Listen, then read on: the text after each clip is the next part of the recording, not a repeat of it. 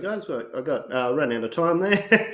Jump back in. So X-rays. So you'd look at how real X-rays work. So if you're talking about X-ray vision, how an eye works in a different way by light bouncing back to it. X-rays work in the opposite way, which is going through things. Okay, they pass through most things, but some of them slow it down. Some of it can stop it completely, like lead, which is how he gets around his X-ray vision, how people get around his X-ray vision in the comics. So that's something to actually consider. That's kind of accurate.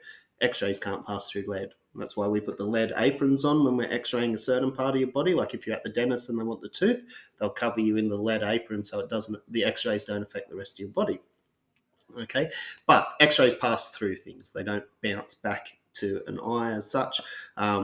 Be interesting if you could find out whether that, like these bits here that don't pass through, that give us the white of the bone, are they actually flung back or are they absorbed?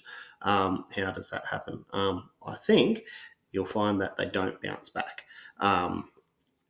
So that's a problem. That's how eyesight works. So X-ray vision wouldn't work. Whatever he's doing there, it's not really X-ray vision. But then the part of this is to say, well, X-rays in the real world do this.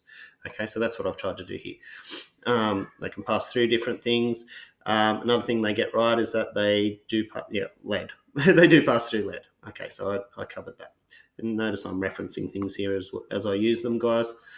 Similar real-world examples, an X-ray backscatter imaging, okay, and I'll tell you what that is there, okay. So the idea is to talk about how they do it in the comics, the movies, however you've seen it, and then how do we use it in the real world. So this is a real-world example of X-rays, how it's used and what its application is.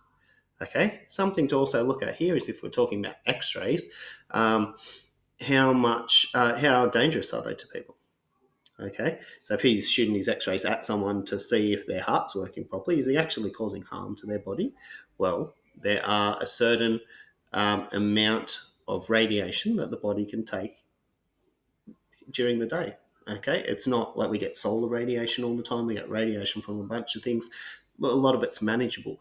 If you exceed a certain level, then that's when it becomes a problem, and you can have things like radiation sickness and cancers grow and that sort of thing. So that's what even though it's they only use like lower levels when they X-ray you, they take precautions for anything they don't need the X-rays to pass through. They're gonna try and cover it with that lead apron, okay, to make sure that you're as safe as possible. All right, and that's it for Superman. Yes, I don't have an Ant-Man suit for this next one, but we'll see how we go. All right.